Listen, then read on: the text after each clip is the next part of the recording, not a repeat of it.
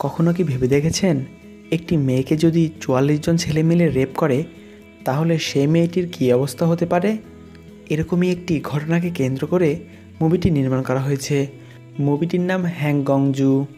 মুভির প্রথমেই আমরা একটি মেয়েকে দেখতে পাই যার নাম হ্যাং গংজু। হ্যাং গংজু ক্লাস 11-এ পড়তো আর সে মিউজিক শুনতে খুবই পছন্দ করত। তাই সে গান বাজলে গানের মধ্যে মনোযোগ দিয়ে মিউজিক শুনতো। একটি ঘটনার পরে গংজুকে তার স্কুল থেকে বের করে দেয়। গংজু তার ম্যাডামকে অনেক রিকোয়েস্ট করলেও সে কোনোভাবেই তাকে স্কুলে রাখতে রাজি হয় না। গংজুকে কেন স্কুল থেকে বের করে দিয়েছে সেটা আমরা মুভি শেষেই জানতে পারবো। গংজু যখন স্কুল থেকে চলে যাওয়ার জন্য রুমে এসে তার জামা কাপড় প্যাক করছিল তখন তার সাথে তার স্কুলেরই একজন শিক্ষকের দেখা হয়। তার নাম ছিল মিস্টার লি। মিস্টার লি সেখানে এসে গংজুকে বলে যে আমি তোমার ট্রান্সফার শহরের বাইরে একটি স্কুলে করে দিয়েছি, সেখানে গিয়ে তুমি আমার মায়ের সাথে থাকবে। এরপরে মিস্টার লি গংজুকে নিয়ে তার মায়ের কাছে দিয়ে আসে আর তার মাকে বলে যে গংজু তোমার সাথে কিছুদিন এই বাড়িতেই থাকবে। গংজুকে বাড়িতে রাখতে লিউয়ের মা কোনোভাবেই রাজি হচ্ছিল না। লিউ তার মাকে অনেক জোর করায় তার মা গংজুকে 7 দিনের জন্য তাদের বাড়িতে রাখতে রাজি হয়। লিউ তার মাকে গংজু সম্পর্কে কোনো কিছুই বলে না, যে সে কোথা থেকে এসেছে, কেনই বা সে এই স্কুলে হঠাৎই ভর্তি হলো। পরের দিন সকালে গংজু তার নতুন স্কুলে যায়। স্কুল ছুটি হওয়ার পরে গংজু সাইবার ক্যাফেতে গিয়ে তার মায়ের টেলিফোন নাম্বার দিয়ে তার মায়ের অ্যাড্রেস খোঁজার চেষ্টা করে, কারণ গংজু জানতো তার মা এই শহরেই থাকে, কিন্তু তার মা কোথায় থাকে সে অ্যাড্রেস সে জানতো না। অনেক খোঁজাখুঁজির পর সে তার মায়ের অ্যাড্রেস খুঁজে না পেয়ে সেখান থেকে বাড়ি চলে যায়। লিউয়ের মার একটি দোকান ছিল, সে সেই দোকানেই কাজ করত। গংজু স্কুল ছুটির পর লিউয়ের মাকে সেই দোকানে এসে অনেক হেল্প করত। এটি থেকে লিউয়ের মা গংজুয়ের উপর অনেক খুশি হতো, তাই জন্য লিউয়ের মা গংজুকে ডিনার করার জন্যও ডাকতো। পরের দিন যখন গংজু স্কুলে যায় তখন সে দেখে যে স্কুলে অনেকজন মিলে একসাথে গান করছিল। গংজু গান শুনতে অনেক ভালোবাসতো, কিন্তু সেই দিন তাদের গান না শুনে গংজু সেখান থেকে চলে যায়। এরপর গংজু সুইমিং শিখতে সুইমিং পুলে যায়। সেই সুইমিং পুলে গংজু ছাড়া আর কেউ ছিল না, তাই গংজু সুইমিং করতে করতে গান করছিল। আর তখনই গংজুয়ের গান ইয়ং নামের একটি মেয়ে তার মোবাইলে রেকর্ড করে। গংজু বুঝতেই পারে না যে তার গান কেউ রেকর্ড করছিল।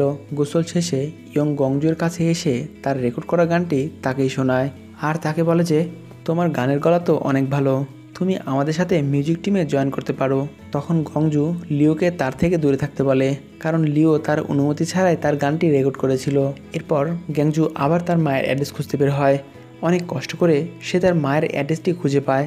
গংজু তার মায়ের সাথে দেখা করার জন্য অনেক এক্সাইটেড ছিল।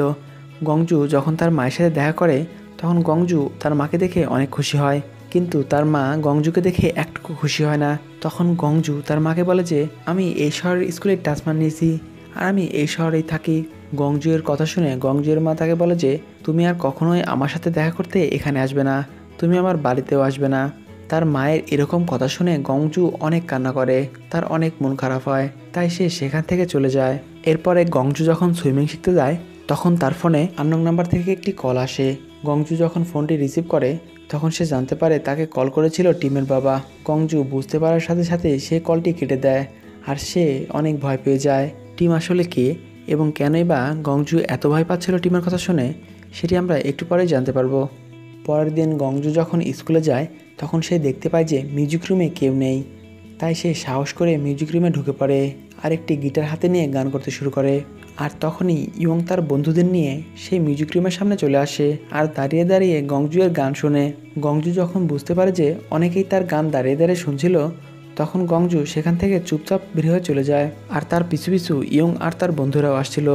ইয়ং আর তার বন্ধুরা গংজুয়ের গানের গলার অনেক প্রশংসা করে আর গংজুকে বলে যে তুমি এত সুন্দর গান কোথা থেকে শিখেছো, কিন্তু তাদের কোনো কথারই গংজু উত্তর দেয় না। এরপর বাড়ি এসে গংজু তার জিনিসপত্র গোছাতে শুরু করে, কারণ মিস্টার লিয়ের বাড়িতে তার 7 দিন পূর্ণ হয়ে গিয়েছে, কারণ লিওর মা তাকে 7 দিন থাকার জন্যই অনুমতি দিয়েছিল।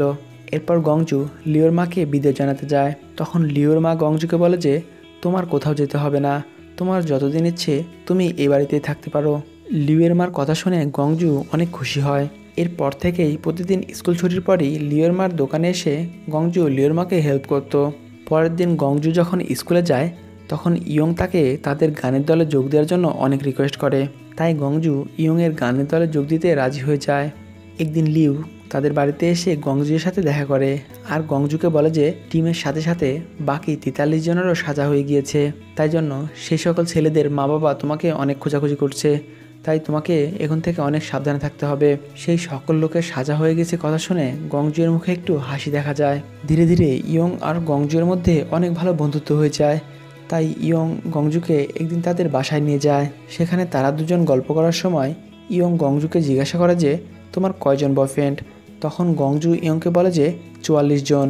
গংজুয়ের কথা শুনে ইয়ং মনে করেছিল যে সে তার সাথে মজা করছে, কিন্তু ইয়ং এটি বুঝতে পারে না যে গংজু তার দুঃখ প্রকাশ করছিল।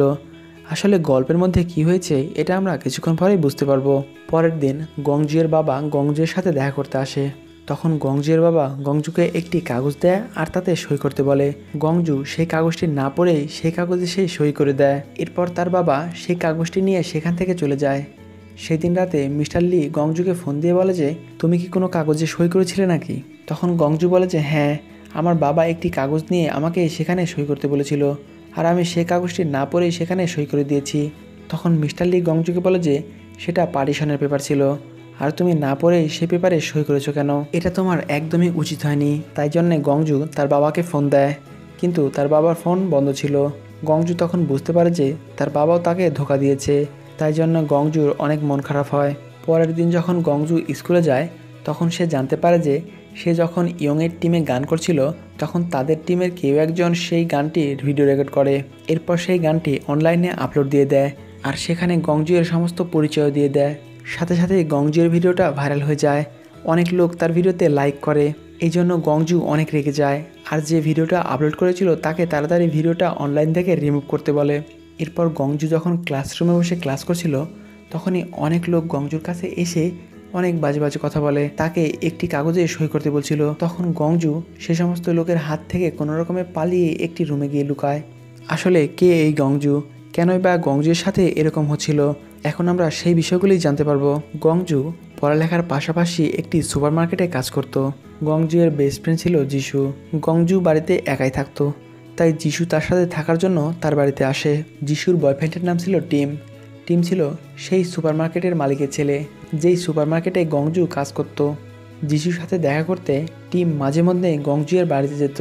একদিন গংজু বাড়ি এসে দেখে যে টিম তার সাথে অনেকগুলো ছেলে নিয়ে এসে তার বাড়িতে মদ খাচ্ছিল।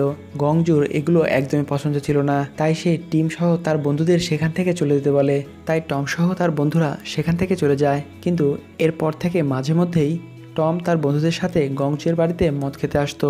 গংজুয়ের এগুলো অনেক বিরক্ত লাগে, কিন্তু সে একা থাকার জন্য সে কাউকে কিছুই বলতে পারে না। একদিন টিম তার সাথে 44 জন ছেলেদেরকে নিয়ে গংজুয়ের বাড়িতে পার্টি করতে আসে। তাদের সাথে যিশুও ছিল। গংজু যখন বাড়ি এসে তাদেরকে দেখতে পায় তখন তাদেরকে সেখান থেকে চলে যেতে বলে। তখন টম একটি ড্রিঙ্কের মধ্যে ওষুধ মিশিয়ে গংজুকে বলে যে তুমি যদি এটা খেতে পারো তাহলে এখনই আমরা এখান থেকে চলে যাব, আর কখনোই আমরা এখানে আসবো না। গংজুয়ের কাছে কোনো অপশন না থাকায় গংজু সেই ওষুধ মিশানোর ড্রিঙ্কটি খেয়ে নেয়। এরপরেই সেই 44 জন ছেলে মিলে গংজুকে ক্রমান্বয়ে রেপ করতে শুরু করে। সেই 44 জন ছেলে মিলে গংজু আর যিশুকে সারা রাতভর রেপ করে। রাত পেরিয়ে ভোর হয়ে যাচ্ছিল, তবুও তাদের উপর নির্যাতন করা শেষ হচ্ছিল না। ভোরের দিকে টিমের বাবা টিমকে খুঁজতে সেখানে আসে। সেখানে এসে টিমের বাবা বুঝতেই পারে যে তারা সবাই মিলে সে সকল মেয়ের সাথে কি করেছিল, কিন্তু সে তখন পুলিশকে ফোন করে না, উল্টো গংজু আর যিশুকে সেখান থেকে নিয়ে চলে যায়। যিশু এই সকল ঘটনা সহ্য করতে না পেরে পরের দিন গলা দড়ি দিয়ে আত্মহত্যা করে। কিন্তু গংজু অনেক সাহসী হওয়ায় সে সকল ছেলের বিরুদ্ধে মামলা করে, আর এই জন্যে গংজুকে স্কুল থেকে বের করে দিয়েছিল। আর এই জন্যই গংজুর সাথে এত কিছু ঘটছিল। আর গংজুর ক্লাসরুমে এসে যেই লোকগুলো গংজুকে একটি পেপারে সই করতে বলছিল সেই লোকগুলো ছিল সেই সকল আসামির পরিবারের লোকজন। সেই পেপারে যদি গংজু সই করত তাহলে তারা অনায়াসে মুক্তি পেয়ে যেত। এরপর এই গংজুর ঘটনা সবাই জানতে পারে। তখন ইয়ং গংজুকে একটি মেসেজ দিয়ে বলেছে এতে তোমার কোনোই দোষ নেই, তুমি নির্দোষ। এরপর গংজু লিয়ের মার কাছ থেকে বিদায় নিয়ে বাড়ি থেকে চলে যায় সুইসাইড করার জন্য। পরের দিন গংজু একটি ব্রিজের উপর এসে নদীতে লাফ দেয় যাতে সবাই মনে করে গংজু মারা গিয়েছে, কিন্তু গংজু আসলে মারা যায়নি। গংজু এই দিনটার জন্যই সুইমিং শিখছিল। গংজু চাচ্ছিল যে সবাই যেন ভাবে সে মারা গিয়েছে, কিন্তু সে অন্য কোনো শহরে গিয়ে নতুন করে যেন জীবন শুরু করতে পারে। আর এখানে এই মুভিটি শেষ হয়ে যায়। এক্সপ্লেনেশনটি ভালো লেগে থাকলে একটি লাইক দিয়ে দিবেন, আর এরকম নতুন নতুন মুভির গল্প শুনতে এখনই আমার চ্যানেলটি ফলো বা সাবস্ক্রাইব করুন। ধন্যবাদ।